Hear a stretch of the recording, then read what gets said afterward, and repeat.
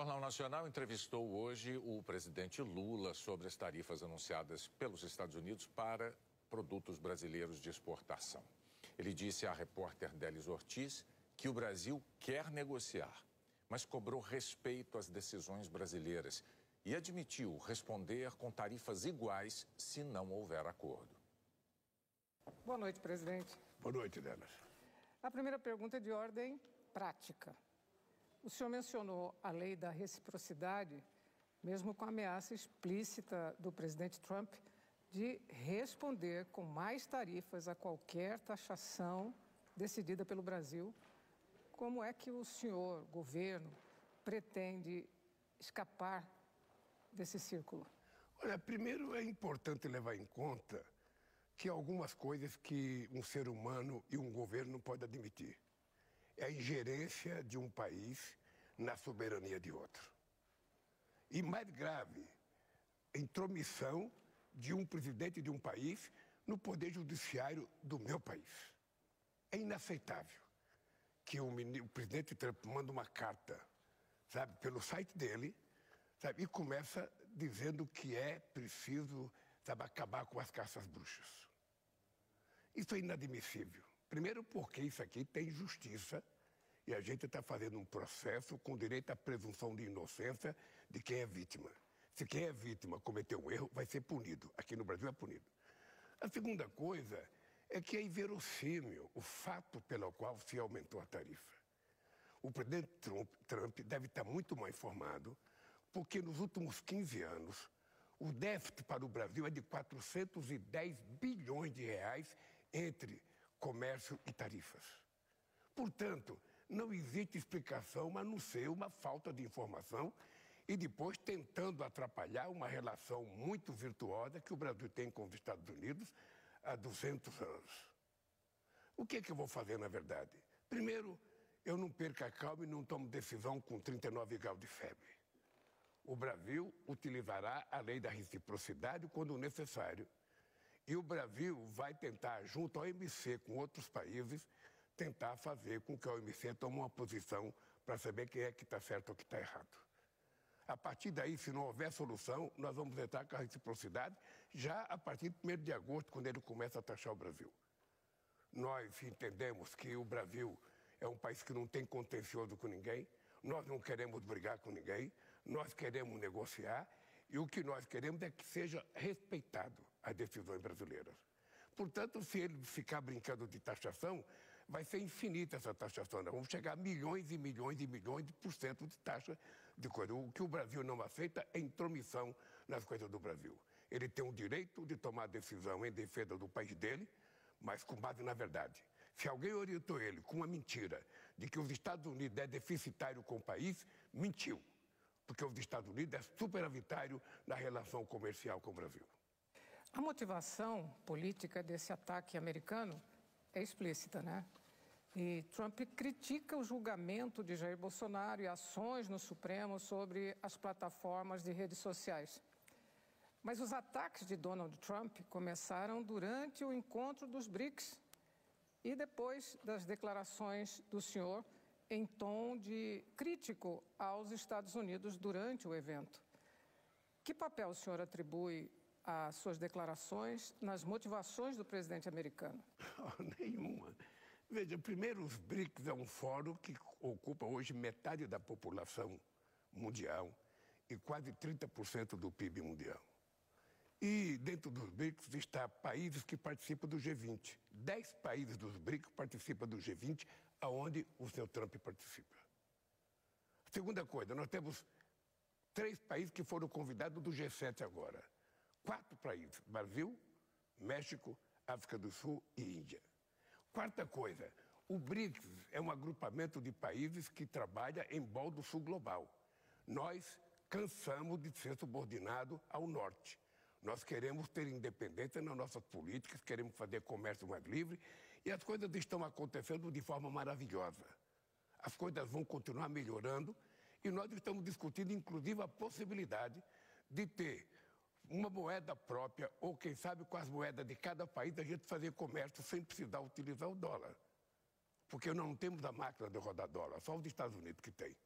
E nós não precisamos, sabe, disso para fazer comércio exterior. Agora, achar que os BRICS é a razão pela qual o Trump ficou nervoso, o Brasil nunca ficou nervoso com a participação do G7, o Brasil nunca ficou nervoso com as coisas que os Estados Unidos faz. Cada país tem soberania de fazer aquilo que quer. Então eu penso que o presidente Trump precisa se cercar de pessoas que o informem corretamente sobre como é virtuosa a relação Brasil-Estados Unidos. O senhor criticou Donald Trump por ingerência em questões que firam a independência das instituições brasileiras, né? Mas o senhor recebeu críticas por visitar a ex-presidente argentina Cristina Kirchner agora, né? Condenada por corrupção e por defender com cartaz a liberdade dela. Como é que o senhor responde a essas acusações de ter interferido nas questões internas de um país soberano, a Argentina? Com muita firmeza. Eu fui visitar a presidenta Cristina com autorização da Justiça Argentina. Eu só fui lá porque a Justiça Argentina decidiu que eu fosse visitar, atendendo um pedido da própria Cristina. Eu fui fazer uma visita humanitária. Eu nunca me preocupei que o Trump recebesse o Bolsonaro ou qualquer pessoa. É direito de cada presidente fazer o que quiser. O que não é direito é um presidente querer dar palpite na decisão de justiça de um país.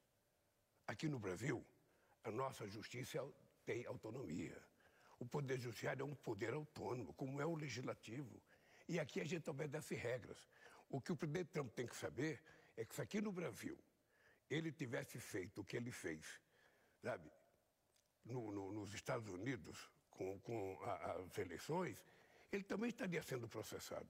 E estaria sendo julgado. E se fosse culpado, ele seria preso. É assim que funciona a lei para todos no mundo. Ou seja, nós precisamos aprender a respeitar. Você nunca viu me meter numa decisão de justiça americana. Nunca viu. E o que eu espero é reciprocidade, que ele também não se meta nos problemas brasileiros. Esse ataque americano às exportações brasileiras levantou preocupações enormes nas empresas exportadoras. Que papel o senhor espera que esses setores empresariais desempenhem na formulação de uma resposta do governo aos Estados Unidos? É só importante a gente deixar claro para a opinião pública que não é uma taxação ao Brasil. Ele vem taxando todos os países do mundo desde que tomou posse. É um direito dele, mas é um direito dos países reagir. Olha, o que é que eu pretendo fazer? Veja, primeiro eu pretendo reunir todos os empresários que têm exportação para os Estados Unidos. Sobretudo aqueles que têm maior volume de exportação, suco de laranja, aço, sabe? A Embraer, que exporta muito para os Estados Unidos, para conversar, para ver qual é a situação deles. Nós vamos tentar fazer todo o processo de negociação que for possível fazer. O Brasil gosta de negociar, o Brasil não gosta de contencioso. E depois que se esgotar as negociações, o Brasil vai aplicar a lei da reciprocidade.